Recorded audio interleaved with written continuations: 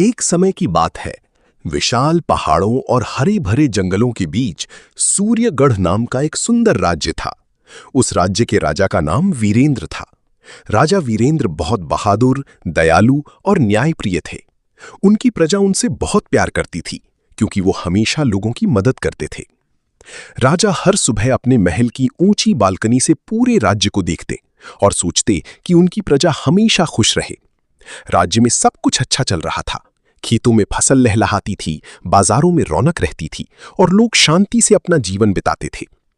लेकिन एक दिन राज्य पर बड़ी मुसीबत आ गई।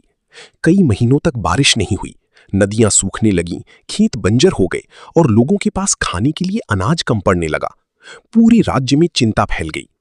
मंत्री ने राजा से कहा, महाराज, अगर जल्दी कुछ नहीं किया गया तो लोग भूखे रह जाएंगे। राजा वीरेंद्र ने तुरंत सभा बुलाई और कहा, जब तक मैं जीवित हूं, मेरी प्रजा दुखी नहीं रहेगी। राजा ने अपने खजाने के दरवाजे खोल दिए और गरीबों में अनाज बांटना शुरू कर दिया। उन्होंने सैनिकों को आदेश दिया कि हर गांव में पानी पहुंचाया जाए। खुद राजा भी साधारण कपड़े पहनकर गांव-गांव गए ताकि लोगों की परेशानियां समझ सकें। एक दिन राजा एक छोटी सी गांव पहुंचे। वहां उन्होंने देखा कि एक बूढ़ा किसान सूखी जमीन पर भी मेहनत कर रहा है। राजा ने पूछा, जब बारिश ही नहीं हो रही तो तुम इतनी मेहनत क्यों कर रही हो?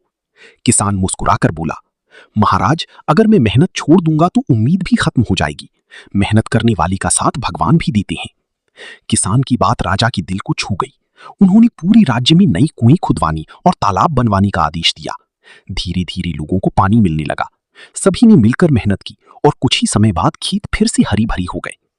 कुछ महीनों बाद आसमान में काले बादल छा गए। तेज बारिश शुरू हुई और पूरा राज्य खुशी से झूम उठा। लोग राजा वीरेंद्र की जय जयकार करने लगे।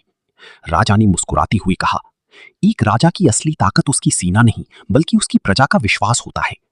उस दिन सूर्यगढ़ फिर से खुशियों से भर गया। बच्चों ने नाच गाना किया, किसानों ने नई फसल उगाई और पूरी राज्य में उत्सव मनाया गया।